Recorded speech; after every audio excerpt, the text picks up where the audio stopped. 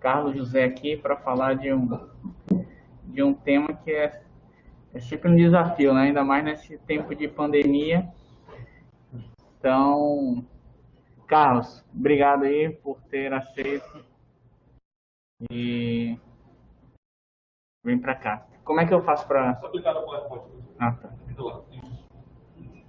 Já tem aquela cheia. Eu vou passando aí. Vem para cá, que aí você fica... Bom dia para quem está aqui presente, bom dia. Para quem está à distância, bom dia também. Obrigado, Valadão, pelo convite. Falar desse tema, né, pode parecer uma coisa assim, um pouco distante daquilo que a gente faz no dia a dia, né? Pode até não parecer uma prioridade, né? Mas na realidade todos nós estamos aqui por essa razão, embora com camadas de outras questões por cima, né? Então, tomando como ponto de partida uma situação em que a gente vive muito, que esses dados surgiram com um ambiente de cuidado de fim de vida. Vou tirar a máscara aqui, porque eu vou manter a distância. Me preocupa se o pessoal lá está ouvindo. Então, uma enfermeira na Austrália que trabalhava num ambiente de cuidado de fim de vida tentou levantar as principais queixas dos pacientes na reta final, né, quando estavam já se aproximando da morte. A primeira era ter tido a coragem de viver uma vida verdadeira para ele e não para que os outros queriam. A segunda queixa era não ter trabalhado tanto, e aqui cabe já uma reflexão, né, se de fato é a gente trabalhar tanto ou a gente trabalhar de fato naquilo que a gente gosta, né? Depois vão ter evidências disso. O terceiro era ter tido a coragem de expressar meus sentimentos. O quarto era ter estado mais em contato com os meus amigos e saiu aqui da configuração. A principal e quinta queixa era a sensação de que poderia ter sido mais feliz ao longo da vida, né?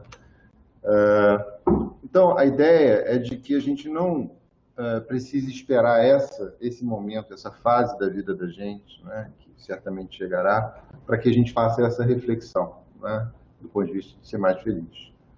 E aí, no início, né, isso tem alguns anos já, quando a proposta foi trazer esse tema, felicidade, para dentro de um hospital, e, na realidade, uma instituição de saúde, se a gente pudesse reduzir ao máximo os indicadores dela, para quem entra no hospital procurando cuidado, são os desfechos. Eu tenho aqui um adenocarcinoma de reto, estadio 3, qual é o resultado que esse hospital me oferece? Isso tinha que estar estampado na porta. Agora, quem trabalha dentro do hospital, o principal indicador é o quão realizado e o quão feliz eu estou aqui nesse ambiente, né? Então, essa pauta, por exemplo, em hospitais de referência, como o Mass General, já vem sendo colocada há muito tempo. Então, das competências, por exemplo, das lideranças que se deseja hoje em dia, é essa habilidade ou essa capacidade de criar um ambiente produtivo. O ambiente produtivo, ele é quanto maior a sensação de bem-estar que as pessoas têm. Então, isso já está na pauta da discussão do MES, da Clínica Maio, e em vários outros ambientes isso vem ganhando uma importância do tema do bem-estar e da felicidade. Na realidade, porque esse é o principal desfecho da vida da gente. Isso é uma questão óbvia. Mas o quão a gente está atento às escolhas, por exemplo, que a gente deve fazer para atender essa nossa busca pelo bem-estar e pela felicidade. Então, isso começou a tomar uma importância, uma relevância maior, e a Organização das Nações Unidas começou a discutir questões relacionadas a, por exemplo, política pública, voltada para a questão do bem-estar e da felicidade. E começaram a surgir, teve uma grande reunião em 2011, se eu não me engano, na ONU, e começaram a surgir os relatórios de percepção de bem-estar ao redor do mundo, né? E todo ano sai, no dia 20 de março, que é o Dia Mundial da Felicidade, esse relatório, né? Em que ele trata de um tema específico, por exemplo, o tema de 2020 são os ambientes, né? Por que os países nórdicos são sempre os top 5 na percepção de bem-estar? Eu vou mostrar isso. Então, a influência do ambiente, de tudo que está ao redor do ambiente, esse ano foi o tema, né? Como é que, por exemplo, quanto mais a gente tem uma equidade do ponto de vista da percepção de bem-estar, mais aumenta a percepção de bem-estar do grupo, né? É difícil a gente sair na rua daqui e encontrar gente morando na rua, em condição precária, é difícil as pessoas perceber que as pessoas não têm acesso ao cuidado. À medida que isso melhora, a percepção de bem-estar de todo mundo melhora também. Isso parece ser óbvio, mas quando é estudado, isso é muito interessante. Então, por exemplo, esse daqui foi um dos primeiros relatórios que saiu, e aqui é interessante você observar que estava aqui o Brasil em 24º lugar. Né? Esses são dados de 2009, que são compilados aí, e são publicados depois, né? 2010, por aí. E é interessante ver a Alemanha em 26º lugar, abaixo do Brasil, com um ambiente muito mais organizado, com uma estrutura social muito melhor estruturada. Da mesma maneira, os Estados Unidos em 17º lugar e países como Costa Rica e Panamá com a percepção de bem-estar maior. Então, o que está por trás dessa percepção de bem-estar? Né?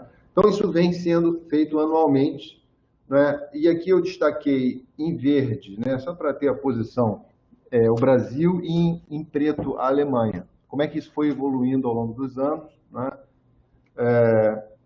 Era o Brasil ali, esse foi o dado que eu apresentei ainda há pouco, e a gente chegou a alcançar a 16ª posição, né, em relação ao mundo, dos países que são levantados em percepção de bem-estar, e a Alemanha estava ali em 26º. Eu atribuo isso ao 7-1 da Copa do Mundo, né? Eu sempre brinco, porque foi uma virada que a Alemanha, de repente, saltou para 16º lugar e o Brasil para 17º, e desde então, o que vem acontecendo é que a gente vem caindo nessa percepção de bem-estar. Esse é o de 2018, agora eu vou te mostrar o de 2019, em que a gente está a Alemanha está em 17º e o Brasil em 32º, e o último, esse agora de 2020, o Brasil em 32º e a Alemanha em 37º. Está mais ou menos estável, não sei se a gente já está no fim do poço ou se a coisa vai piorar, né? Mas o que entra nessa equação, por exemplo, que levanta essa percepção? Né? Obviamente, o produto per capita é um elemento, mas a percepção de corrupção, por exemplo, é um outro elemento, a capacidade de escolhas é outro, né? A percepção do suporte social em que aquele ambiente oferece também é outro. Então, isso compõe. As ferramentas para você extrair essa informação de percepção de bem-estar, isso é um tema enorme, né, de discussão. Mas essa é a mesma ferramenta que vem sendo utilizada ao longo de todos esses anos. Né? Isso vem ganhando importância, isso é um artigo da Lancet, né, falando sobre saúde e felicidade, chamando a atenção de que a gente tem um dia para se discutir isso, né, tem dia para tudo, mas tem um dia 20 de março, que é o Dia Mundial da Felicidade. Questões que eu acho que aqui não é bem o que importa, mas países tentando criar ministérios voltados para o bem-estar e para a felicidade, quando na realidade todos os ministérios de um governo estão voltados para a mesma ideia de gerar bem-estar para aquela população. Né? E quando você olha, por exemplo, as zonas azuis, né, as blue zones ao redor do mundo, que são os ambientes onde mais pessoas atingem 100 anos, e que o índice de demência é muito baixo, que a incidência de câncer é menor, em que as pessoas têm uma longevidade maior, existe uma correlação entre essa percepção de bem-estar e a saúde. Então, Icaíra na Grécia, Okinawa no Japão, a Península de Nicoya na Costa Rica, Loma Linda na Califórnia e Sardenha na Itália são os lugares onde as pessoas mais vivem. E quando você avalia o bem-estar delas, elas também têm essa referência de ser mais felizes. Mas do que a gente está falando, então, de felicidade? Isso, obviamente, dependendo da cultura, não é? Do tempo. Né? Quando você olha para o taoísmo, a felicidade ela poderia ser atingida tendo a natureza como uma referência. Quando se fala natureza, não é só a natureza, mas é a nossa própria natureza. Entender as nossas virtudes, os nossos limites, isso quando você está alinhado com isso, você tem essa percepção de bem-estar mais apurada. Aristóteles falava de que a felicidade só podia ser alcançada como o caminho tinha que ser a prática do bem. Mahavira sempre apontou que a violência era um obstáculo para a gente chegar à felicidade. E no budismo, a felicidade ocorre através da liberação do sofrimento, pela superação do desejo, através de um treinamento mental. Não importa bem aqui exatamente qual é a filigrana da definição do que é disso que a gente está falando. Né? No Japão, por exemplo, tem a ideia do Ikigai. e eu acho que isso... Falar para profissionais de saúde, isso não toca tanto, porque a gente já passou por um processo de seleção, entende? De ter certeza de que aquilo, de enfrentar dificuldades para chegar e se sustentar na posição a despeito das dificuldades. Mas o Ikigai é um espaço na vida da gente onde se encontram, no mesmo lugar, a vocação, a paixão, a missão e a profissão. Quando você encontra o seu Ikigai, o japonês fala, a sua vida flui. Porque essas coisas meio que potencializam umas às outras. Então, essa vocação, a paixão, a missão e a profissão, quando você encontra isso, a tua percepção de bem-estar se amplia na vida. Obviamente, a gente não está falando aqui da desmodulação disso, por exemplo, que é você ter a tua vocação, a tua paixão, tudo isso identificado, mas você entrar em burnout por fadiga de compaixão. Mas encontrar esse espaço na vida é muito importante, não é? Então, o Ikigai está no centro disso. E quando você encontra o seu Ikigai, a sua vida flui com uma percepção de bem-estar maior. Um olhar mais contemporâneo, isso aí, por exemplo, é dito por um economista inglês, o Paul Dolan, que fala muito sobre o tema felicidade.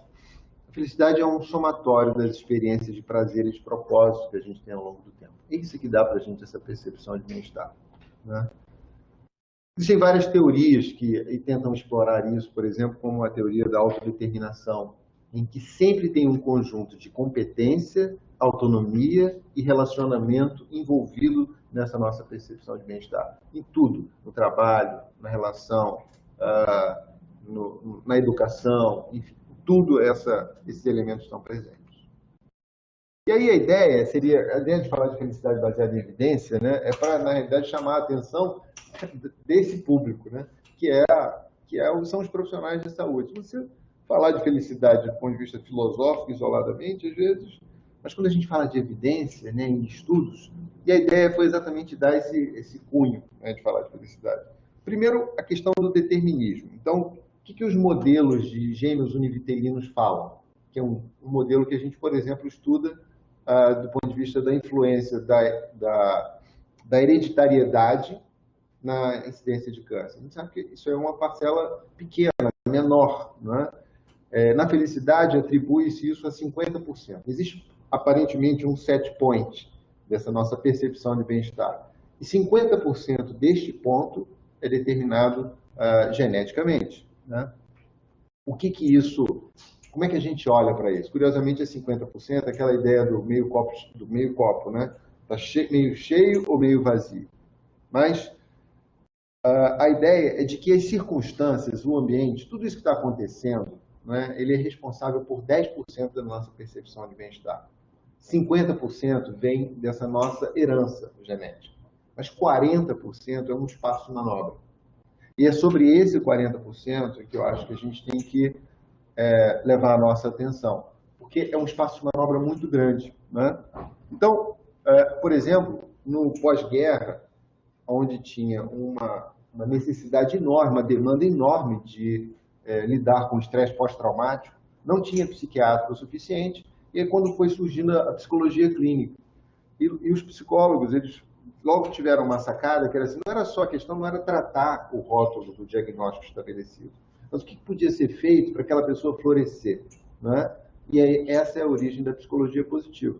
E Seligman é um dos precursores dessa ideia, e ele cunhou esse termo PERMA, que é de emoção positiva, positive emotion, engajamento, relacionamento, meaning e accomplishment.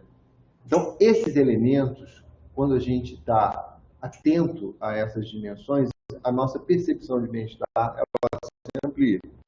Então, do ponto de vista de emoção positiva, né, o que a gente faz de escolha para, de fato, ir para esse local de emoção positiva? Que, por exemplo, a gente pode experimentar encontrando os amigos, cozinhando com os amigos, fazendo coisas, fazendo escolhas nesse sentido, né? Então, um exemplo que até eu vivi quando eu estava fazendo um curso fora, no Simonton Cancer Center, em que eles têm como se fosse como é que você cria uma agenda para o paciente? E a gente vivia o lugar do paciente ali, por exemplo, na hora de você se reprogramar na vida, isso é muito comum quando a pessoa faz um diagnóstico, e inserir no teu dia a dia coisas que você goste. E aí eu estava fazendo essa dinâmica e eu inseri uma coisa que eu queria gostar e eu botei assim, eu queria fazer isso uma vez por semana, né? Ou uma vez a cada 15 dias. Ela falou assim, mas você não gosta disso? Eu falei, gosto. Por que você está botando só uma vez a cada 15 dias? Né? Esse é um campo de escolha que a gente tem para poder visitar esse espaço de emoção positiva, por exemplo. A ideia do engajamento. Né? Então você se percebe engajado em alguma coisa, percepção de time, por exemplo, um time bem funcional, isso aumenta a nossa percepção de bem-estar. A ideia, a capacidade de estabelecer e de sustentar relacionamentos também é importante. Né? Então tem um TED muito famoso daqueles garotos da região de Boston que foram seguidos durante décadas a corte, tem 70 anos, já estão nos netos dele. E viu-se que uma das coisas que mais importava, um dos maiores influências na percepção de bem-estar, era a capacidade da pessoa estabelecer relacionamento. Né? O significado é quando você tem se você desenvolve ou você exercita a capacidade de ver, por exemplo, a gente está aqui porque a gente escolheu estar aqui só.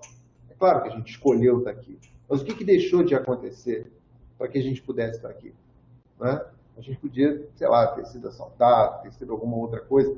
Não é um olhar esotérico para as coisas, mas é um olhar que reconhece que nem tudo está sob o nosso controle. Aliás, nada está sob o nosso controle. A gente só é dono do ato, mas as consequências não estão na nossa mão. Então, quando você reconhece essa dimensão, isso amplia a tua percepção de bem-estar. E, por fim, a questão do acontecimento das realizações. Né? É quando você percebe que você fez diferença em alguma coisa. Né? Que você exercitou a tua competência a favor de transformar alguma coisa.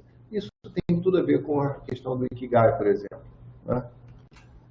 Então, a ideia é de que a felicidade é algo que você pode trabalhar neste campo, sobretudo aquele campo de 40%, e é como se fosse um cultivo, algo que você está o tempo todo zelando por aquilo, por aquela percepção.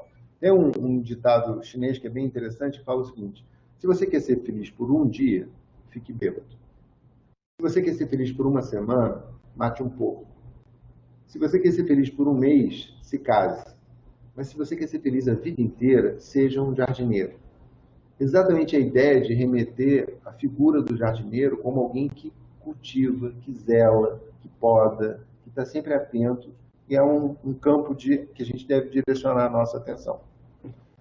Então, mais evidências. Isso foi publicado no British Medical Journal em 2008. Né? E a gente sabe muito de Framingham por ser uma coorte importante em doença cardiovascular, identificação de risco. Mas o que Framingham estudou também? A dinâmica da disseminação da felicidade. Né?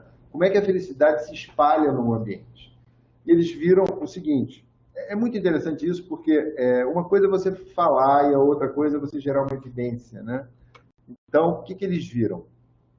Eles mapearam, quer dizer, grande parte daquela população e foram identificando a percepção de bem-estar, como se distribuía. E viram ao longo de 20 anos como é que isso se comportou. Então, uma coisa meio óbvia é que o humor de uma pessoa pode influenciar no humor da outra. Basta ter um chefe tirano ou mal-humorado que a gente percebe o que é dia a dia lidar com aquilo. Né? Mas a ideia é de que a felicidade se dissemina num fenômeno de rede. O que é isso? Se eu convivo com um cara que tem a percepção de bem-estar bem apurada, a minha chance, ao longo do tempo, por conviver com ele, disso aumentar, Framingham mostrou que aumenta. E que uma pessoa que convive comigo, que não conhece ele, mas que por essa ligação, a chance dela também é. E são 3 níveis de influência, de relacionamento que você mantém quando uma pessoa tem uma percepção de bem-estar mais apurada. Né? Então, isso traz para a gente uma reflexão de que, assim, às vezes a gente está preocupado com o outro, que a percepção de bem-estar dele é baixa. O que a gente pode fazer para ajudar? Na realidade, o melhor que a gente pode fazer é servir de referência, é fazer as nossas escolhas para que a gente tenha isso apurado. Né? Outro tema importante é, tudo bem, a gente está feliz porque a gente tem saúde, ou a gente tem saúde porque a gente é feliz. Né? Então, o que as evidências falam disso? Primeiro, grandes coortes de observação. Né? Então, isso é o pessoal da Escola de Saúde Pública de Harvard que estudou essa relação entre a percepção de bem-estar e os agravos cardiovasculares, por exemplo. Então, são cortes bem grandes, com 88 mil, 73 mil, quase 100 mil em cada um desses estudos. Um aqui, inclusive, colocando o Ikigai como um elemento, um proxy, né, dessa percepção de bem-estar e o desfecho cardiovascular. O que eles viram?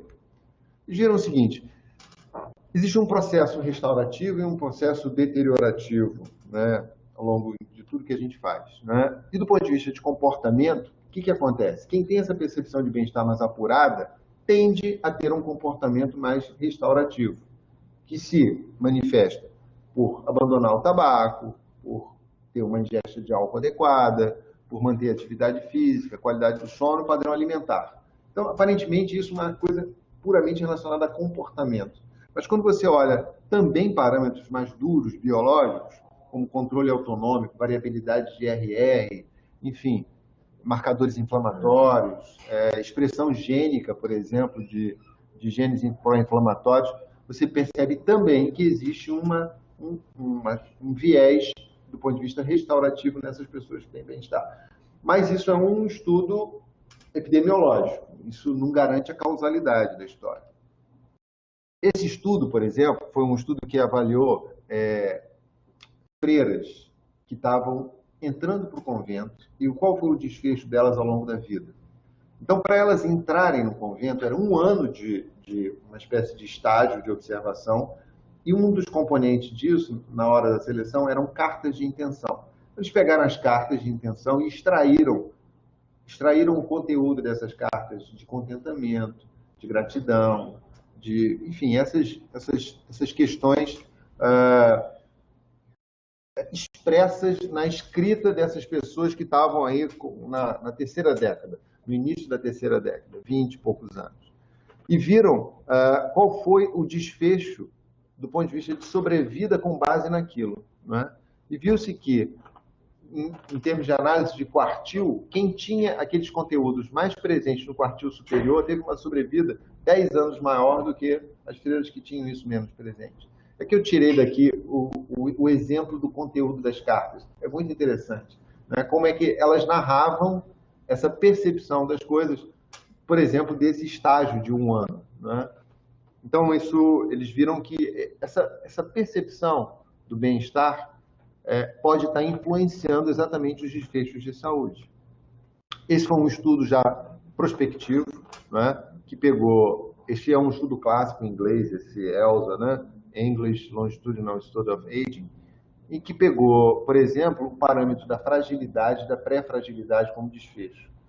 Pegou as pessoas, extraiu essa percepção de bem-estar e foi acompanhando qual seria o tempo, o delta-T, para elas entrarem na fase de pré-fragilidade e fragilidade. O que eles observaram? Quem tinha essa percepção mais apurada demorava mais para entrar na pré-fragilidade e na fragilidade, né? Então, foi mais ou menos um fator de redução bem considerável, né, para poder retardar esse início da fragilidade, da pré-fragilidade. É difícil a gente fazer intervenção, né, do ponto de vista de bem-estar. Não cabe nem isso. Mas esse é um outro estudo mais recente, em que também avaliou, e olha que interessante, isso foi publicado em 2015, aquele era mais antigo. Viu-se que as pessoas nessa coorte, ao longo de 8 anos e meio de observação, quem estava no quartil superior teve uma mortalidade de 9,3%. No quartil inferior, uma mortalidade de 29,3%. E, sobretudo, a dimensão eudaimônica, né? Que é a dimensão do propósito. Você ter essa percepção de propósito bem identificada. Você tem... É aquela coisa que te tira da cama, né? Que, enfim, muita gente fala muito dessa história, mas, de fato, isso tem um impacto em saúde. E o último estudo, essa é a curva de sobrevida, né? E isso foi publicado no JAMA no ano passado, falando sobre essa percepção de propósito na população em torno de 50 anos, nos Estados Unidos. É claro que tudo tem o seu recorte, né? Mas viu-se quem tem essa percepção de propósito mais apurada tem ganho de sobrevida, né? Então, a ideia é de que, assim, essa percepção de propósito, esse autorreconhecimento, essa identificação da sua própria natureza, tudo está meio entrelaçado que faz a gente ter essa percepção de bem-estar mais apurada. E uma vez que você tenha isso, a tua vida flui de maneira melhor, inclusive do ponto de vista da saúde, né? Outros elementos importantes nessa percepção de bem-estar, a mente que fica vagueando, né? O que é isso? Por exemplo, é virtualmente certo, 100%, que vocês estão fazendo um esforço para direcionar a atenção para me ouvir, né? Mas a mente de vocês já foi em vários lugares. E o que é você ter essa percepção de estar presente onde a gente está? Por exemplo, não está no campo da atenção de vocês como é que está o cotovelo direito. Agora está. Né? Vocês continuam me ouvindo, mas você sabe onde está o teu cotovelo direito. E a tua perna esquerda. E o teu contato com a cadeira. Vocês continuam sendo capazes de perceber aquilo que eu estou falando. Então, estar plenamente presente passa por isso, né? Para você estar atento, ter uma percepção de presença plena naquilo que você está fazendo. Bom, o que esse estudo fez? O estudo é interessante, que eu até me inscrevi na coorte que acompanhava. Na época, era com o iOS, né? Então, você baixava um aplicativozinho e, ao longo do dia, você recebia uma mensagem. E o objetivo era você descrever o que você estava fazendo, tarefa que você estava envolvido naquele momento, estou tomando banho, sei lá, estou trabalhando, estou lendo, estou dormindo, se fosse acordado, né? Você ia descrever o que você estava fazendo, você ia descrever a sua percepção de bem-estar naquilo que você estava fazendo, e você ia responder se você estava pensando no que você estava fazendo, se você estava pensando em outra coisa, se um pensamento positivo ou negativo, ou se você nem estava pensando, né? Às vezes a gente não pensa. Então, o que esse estudo mostrou? Primeiro, nessa parte de cima, a distribuição quanto maior a bolinha, maior o número de pessoas fazendo determinada atividade. E no eixo horizontal, essa percepção de bem-estar, né? Então, disparado, o que as pessoas mais estavam fazendo era trabalhando, e no eixo horizontal, a percepção de bem-estar naquilo que estava sendo feito. E namorar era a melhor coisa, o tamanho da bolinha é bem pequenininho, ouvindo música, enfim, exercitando. E aqui embaixo é o grande lance, que é assim, qual foi a influência do estar pensando em outra coisa? Estar pensando em outra coisa, mesmo positiva, já estabelecia uma diferença que era estatisticamente significativa do ponto de vista da percepção de bem-estar. Então, trazer a tua mente para o presente momento, ou deixar a sua mente vaguear o tempo todo, tem uma espécie de custo emocional, né? Isso influencia na tua percepção de bem-estar.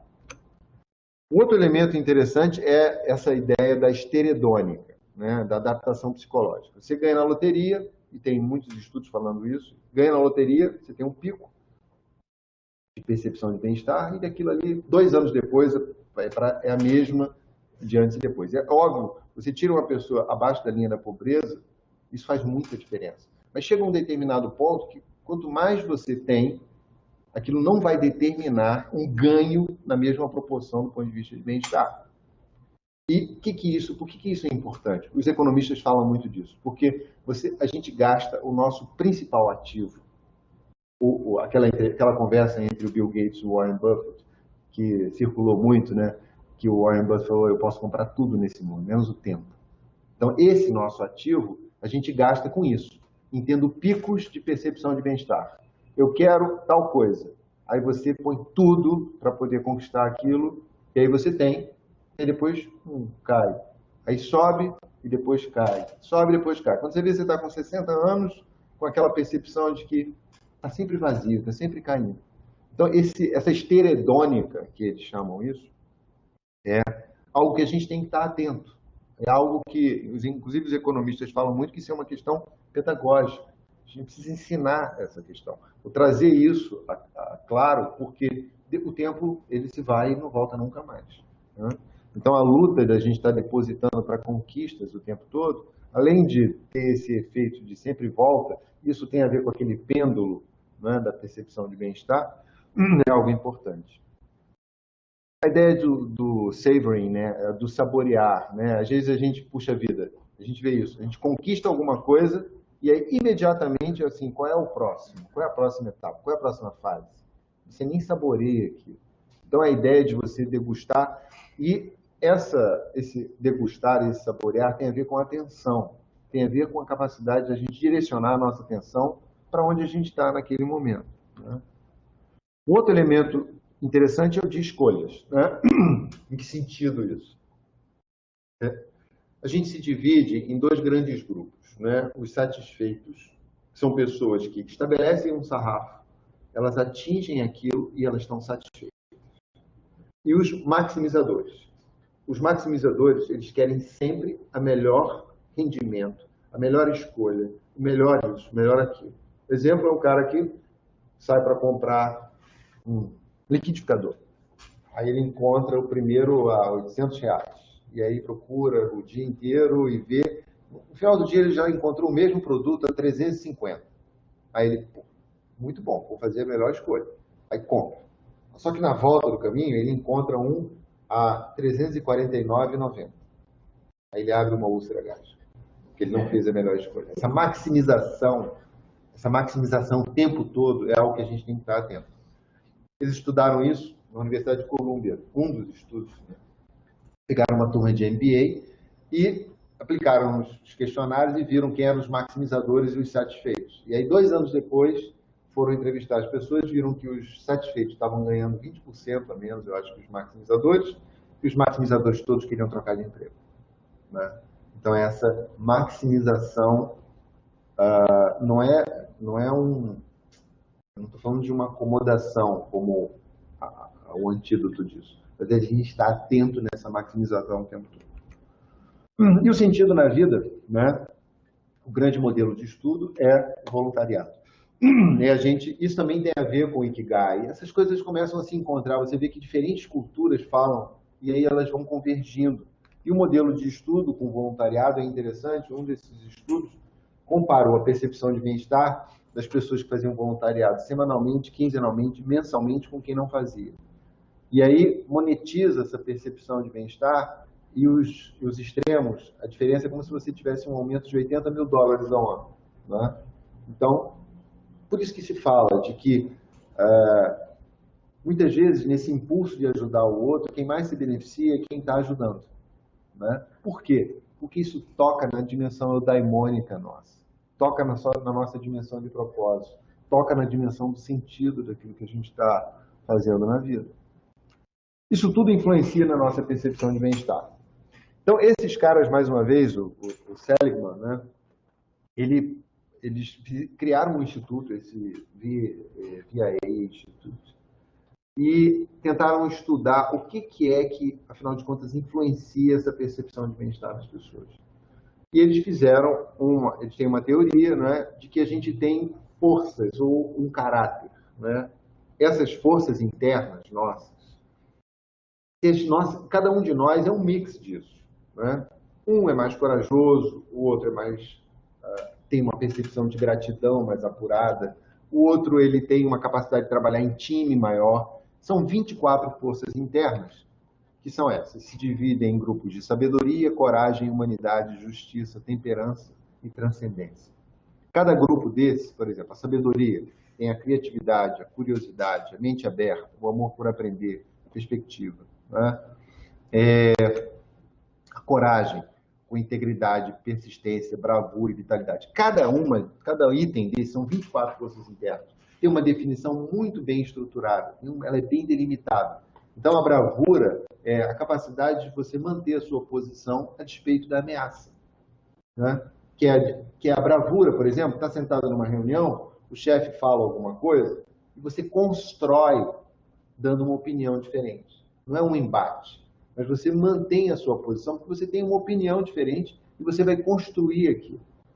É o que o bombeiro tem quando ele sabe que ele vai entrar num... Então, essa bravura é uma dimensão. Todo mundo tem isso? Não. É importante ter? Não é essa a questão. A questão é as suas 5 principais forças internas. Elas estão aplicadas naquilo que você faz no dia a dia.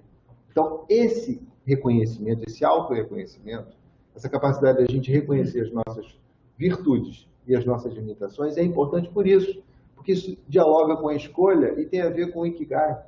Então, eles estudaram isso, né? Com a humanidade, a justiça, a temperança, a transcendência, né? O que é a apreciação do belo nessa teoria, nesse conceito? É quando você tem uma capacidade de apreciar a beleza, que é o sucesso do outro, que é... Você vai num jogo de futebol, sei lá, e sai gol dos dois lados, você está apreciando a beleza da jogada. Você não está apreciando só o fato de ser o teu time ou não. Mas essa capacidade de apreciar o belo é uma força interna. Nem todo mundo tem isso. É importante ter? Mais uma vez, não. O importante é, se você tem, isso está, se está na tua top 5, isso está aplicado naquilo que você faz no dia a dia, né? Isso que é importante. O que eles viram? 30% da população tem com clareza quais são as forças internas. Olha que coisa, né? E você vê quanta gente muda de carreira, muda de profissão, porque está procurando exatamente esse encaixe naquilo que ela é com aquilo que ela faz, né? Esse site aí que eu coloquei, o Via Acre, eles têm esses questionários todos. São cento e poucas perguntas que você vai respondendo, e aí depois ele te dá o ranking das suas 24 forças internas. Tem isso, por exemplo, para adolescente, né? Está naquele dilema sem saber exatamente que direção toma na vida, né? E isso é importante porque quando você reconhece isso, você... um exemplo, né? Esse perfil, gratidão, generosidade, espiritualidade, apreciação da beleza e perdão, são os 5 principais estados. O que a pessoa com esse perfil faz está relacionado, né? Esse perfil está relacionado com o que ela faz? Ótimo. É isso que importa. Não importa qual é a virtude que você tem ou deixa de ter. O importante é que aquilo esteja aplicado na tua vida, né? Mas uma dessas vale a pena a gente estar atento, que é a gratidão. Porque, mesmo que ela seja a sua 24ª força interna, vale a pena você estar atento. E qual é a evidência disso? Esse estudo randomizou as pessoas para 3 grupos. No final do dia, elas iam simplesmente anotar coisas com, a lembrança, elas iam se lembrar de um determinado evento no dia e iam anotar. O segundo grupo iam fazer queixas, lamúrias. Tá uma droga, essa pandemia, nananana. E o terceiro grupo ia voluntariamente assumir uma atitude de gratidão, né? Mesmo que fosse por pequenas coisas, mesmo que não tivesse nada para agradecer, ela ia voluntariamente assumir essa atitude. Eu não tenho nada para agradecer, mas eu agradeço pelo menos por saber escrever. Alguma coisa assim, né?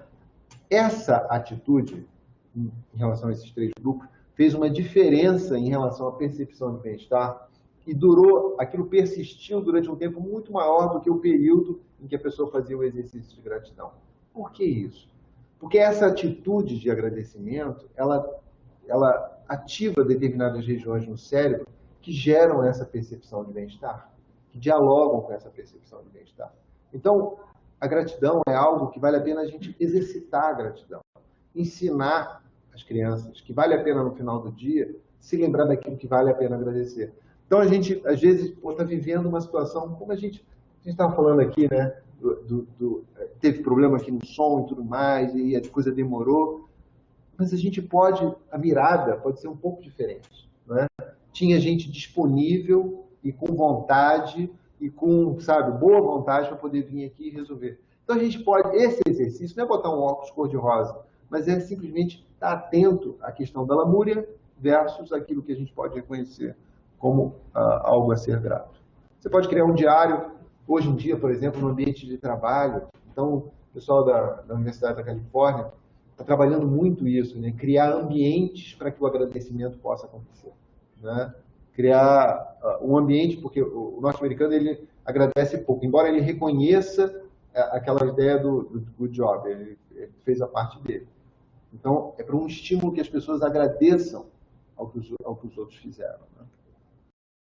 E o tema que eu acho que para mim é um dos mais caros é a ideia da meditação, que durante muito tempo andou num trilho das tradições, mas a ideia de que a gente, por exemplo, há mais de 3 anos, há quase 3 anos e meio, a gente vem praticando aqui no hospital como uma forma de...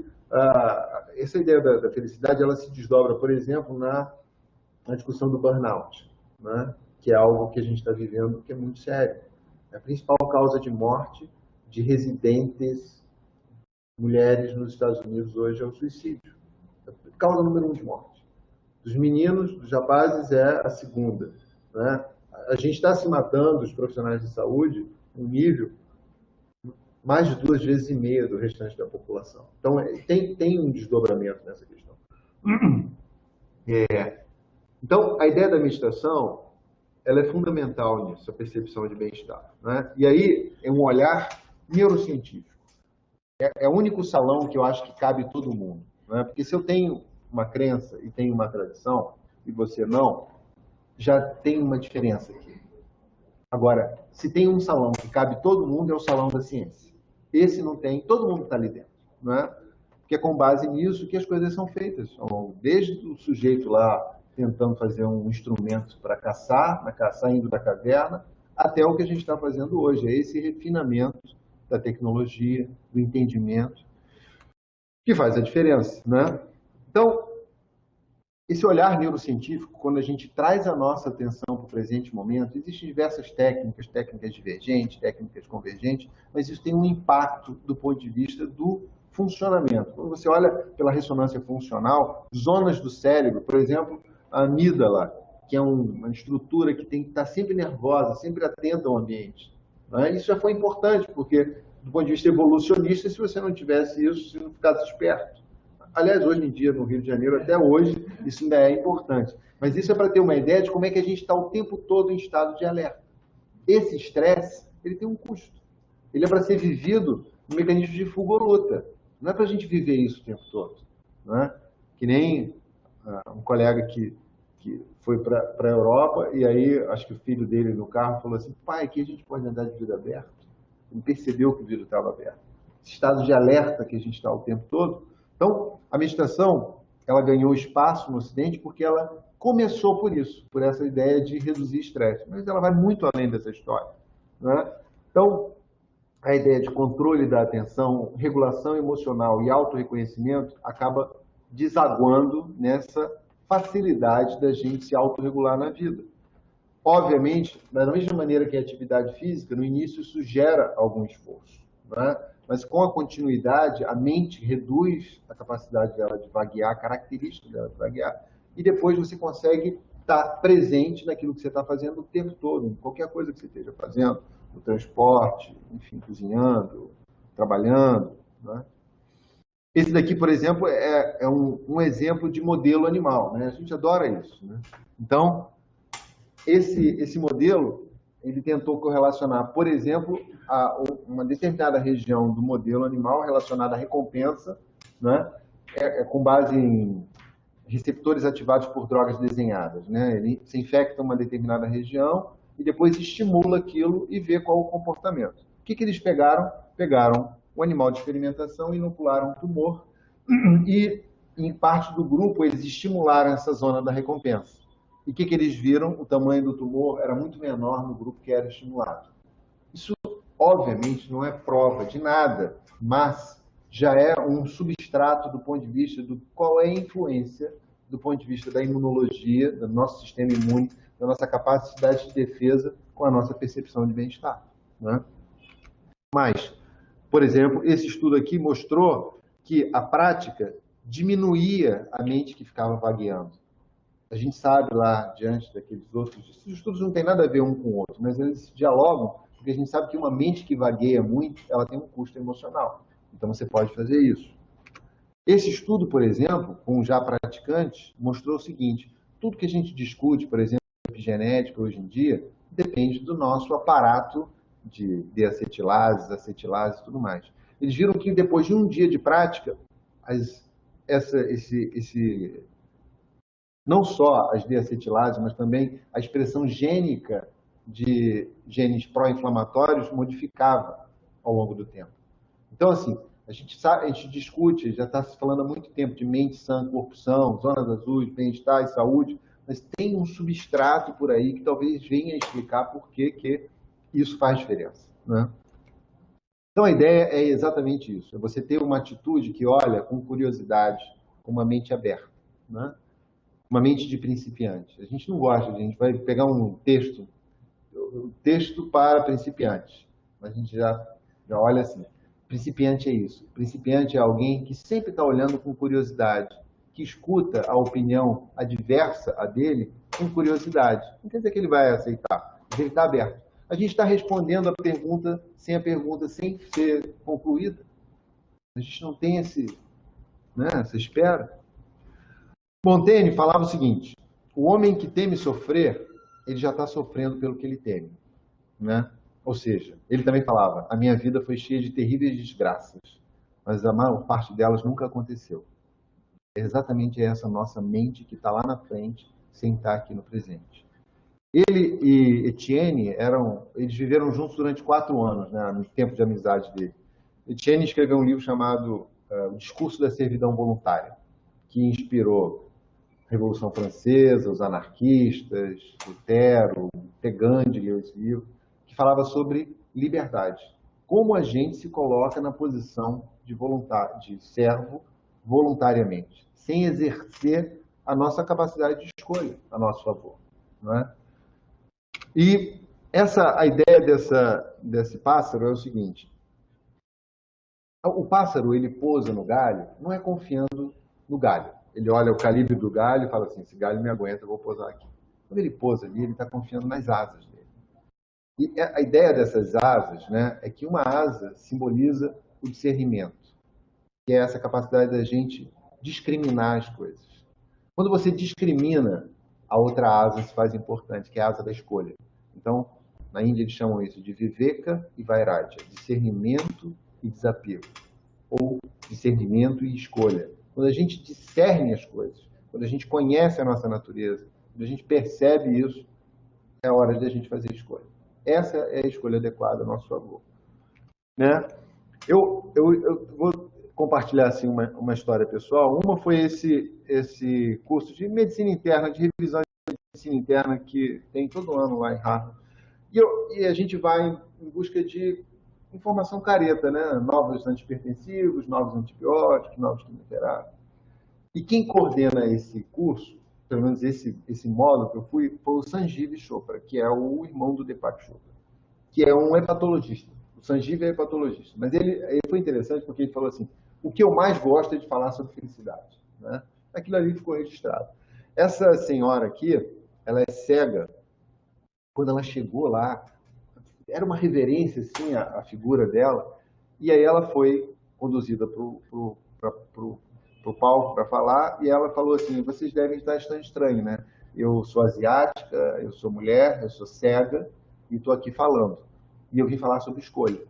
A aula toda dela foi sobre o processo mental da escolha e do custo que isso muitas vezes é nessa versão do maximizador. E esse cara aqui, ele tem 4 graduações, eu acho que no MIT. O nome dele é não sei o quê, Shiva. Ele falou sobre estilo de vida, sobre a Ayurveda. Então, assim, foi uma coisa totalmente fora da caixa, né? A gente está ouvindo essa questão. E eu acho que o fio condutor era o Sanjeev, que falava dessa história. Do que ele mais gostava era a felicidade. Corta a cena. Isso aqui é a aldeia dos Iwalapiti, no Alto Xingu. Eu lembro, isso foi uma viagem que eu fiz depois desse curso. E eu lembro que eu saí daqui num sábado, né? Eu passei visita aqui no hospital, peguei o carro e peguei a estrada e fui direto para essa aldeia, porque eu conhecia o pajé Sapaim. Não sei se vocês já ouviram falar no Sapaim. Esse pajé era o pajé que tratou do Augusto Rusque, da pagelança, né? Quando aquela ideia da pagelança veio à tona, esse era o pajé. Eu conheci ele e falei que um dia ia visitá-lo para até entender como é que era o processo do cuidado lá, da saúde e tudo mais. Foi uma viagem muito interessante. Esse é o pajé Sapaim e esse é Aritana. E tem um lugar na aldeia, aqui no centro da aldeia, onde as questões sérias são discutidas, né? E aí, um dia, conversando com a Aritana, ele falava de que a coisa mais importante era a felicidade. Ele falou isso num determinado momento. E que o índio, cada um tem a sua própria natureza. E que isso é importante, porque tem que se reconhecer a natureza, alguma coisa nessa direção. Então, quer seja lá, num ambiente mais refinado, como Boston, até esse chão de terra do Alto Xingu, e a gente, ouvindo os pacientes no final da vida, meio que se queixando que poderiam ser mais felizes, esse tema está presente. Então, não é para a gente deixar para o fim da vida, não é? Essa discussão é uma discussão importante que precisa ser feita agora, né? E reconhecer esse tema é muito importante, sobretudo em momentos de crise como a gente está vivendo. Eu destaco essa frase aí de Voltaire, que falava que ele escolheu ser feliz, porque isso fazia bem para a saúde dele, né? Obrigado.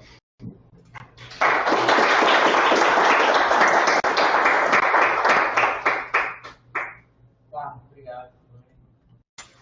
É isso, gente. Excelente. Alguém quer perguntar alguma coisa? Como você foi conduzido para estudar isso, felicidade? O que te conduziu? Olha, eu vou te falar a mais assim, pura verdade. Eu ia falar num evento sobre nutrição e câncer. Eu ia falar num evento sobre nutrição e câncer. Era uma amiga que estava organizando. Aí ela falou assim, Carlos, acho que a gente vai ter uma outra pessoa para falar sobre esse tema. Mas você poderia falar sobre felicidade? Foi dessa maneira. Eu falei, falar de felicidade? Tá bom, eu vou ver. Não é nem dei a resposta para ela, a Jaquine.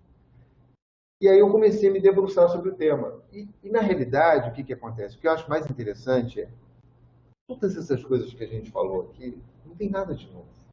Não tem nada de novo. É claro que às vezes um estudo ele revela um detalhe que a gente passa a valorizar mais, porque nosso modo de operação é o científico, né? Mas tudo isso que está dito aqui é uma coisa mais clara e óbvia de tudo. Então, eu achei interessante, por exemplo, essa ideia dos pacientes, né? Muita gente não fala, não chega até a gente, né, que o momento do câncer foi um momento de virada da vida dela. Por quê?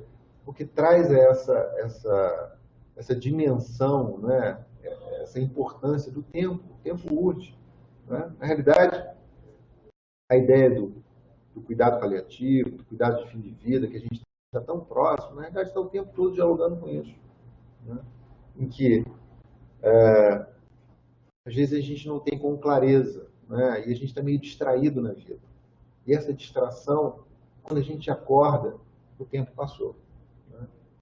Então, eu acho que isso está presente em tudo que a gente faz. A gente tem uma oportunidade muito grande, na realidade, em ter um ofício, né, que toca em tantas coisas dessas, como eudaimonia e tudo mais. Mas sem a gente, em especial, lidando com câncer, a gente está falando disso em alta dose, né? Porque, de fato, a morte, dependendo de como a gente olha, é a nossa melhor companheira. É ela que traz todas essas questões de uma maneira clara, né? Como é que a gente realoca as questões em termos de importância. E aí eu acho que o tema fala por si só, né? E aí a gente percebe que qual é a importância disso tudo, como isso influencia na nossa vida, né? E a gente sai, às vezes, num campo de lamúria, de reclamação, e entrar no nosso espaço não utilizado de escolha, e fazer escolha a nosso favor. O que uma instituição como a nossa pode fazer para promover uma melhora na nossa felicidade? Eu acho que a gente estuda muito isso, né? O workplace. O workplace é um dos lugares mais importantes para a gente promover o bem-estar, né? Porque a gente está inserido nele o tempo todo. O tempo todo não, mas a maior parte da nossa vida a gente está inserida nele.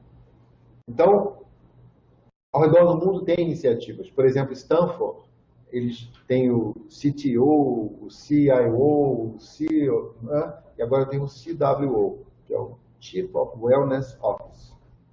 Então, está se criando ambientes que estão reconhecendo a importância do bem-estar do profissional de saúde.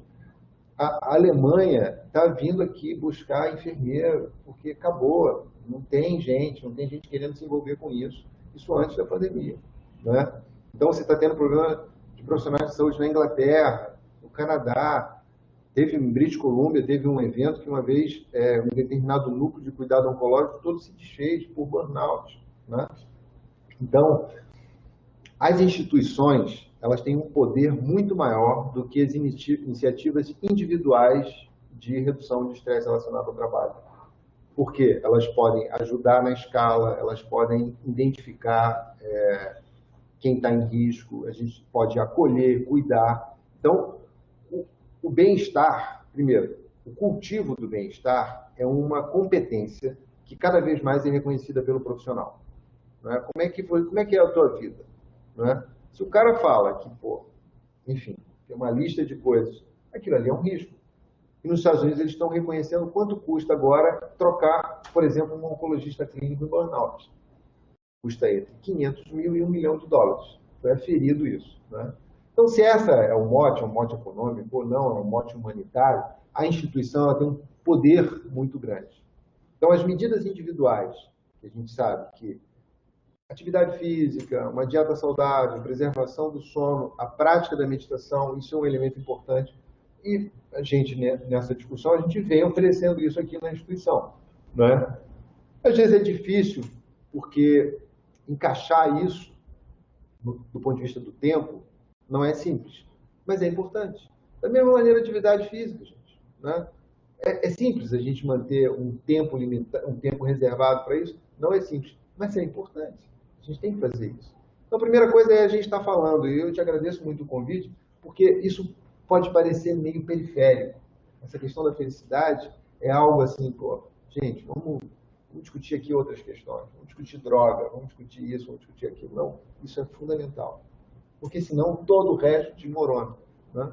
Então, acho que a instituição vai nessa direção. O DISAT, ele está atento a isso, a coordenação de recursos humanos está atento a isso. Naquela época que tiveram projetos, né, do Elevator Pitch, teve projeto relacionado a isso, voltado para isso. Eu acho que essa população dos residentes, ela é muito... Eu fui residente, eu sei como é que é aqui, eu sei como é que é estressante essa fase da vida. A gente tem que estar atento a isso por outras dimensões. Por exemplo, a meditação, ela, dependendo da prática, ela pode tocar, por exemplo, na dimensão da empatia. A gente fala que a empatia é importante para o outro, mas a empatia é fundamental para a gente. Porque quando a gente refina a nossa capacidade de empatia, a nossa chance de entrar em fadiga de compaixão, ela melhora, ela diminui. Né? Então, tem muita coisa que a gente pode fazer que acaba melhorando o ambiente como um todo. Né? A gente tem um profissional em burnout, é pior que o paciente. No Reino Unido, eles criaram um programa chamado Mindful UK, que eles recomendam a prática do mindfulness para 480 mil ingleses que tiveram depressão e que estão sob risco de recair. Né? Usar como uma tecnologia médica. População carcerária, escolas e instituições públicas. Né? É uma prática que é importante para quê? Para preservar a força de trabalho, preservar a saúde das pessoas. Mas eu acho que a gente ainda tem muita estrada para rodar, mas eu acho que esse tema a gente está discutindo aqui já é, de alguma maneira, uma mudança. Esse alerta já serve como... Cada um se policie, né? Fique atento a isso, né? Obrigado, hein? Falou, gente. Valeu.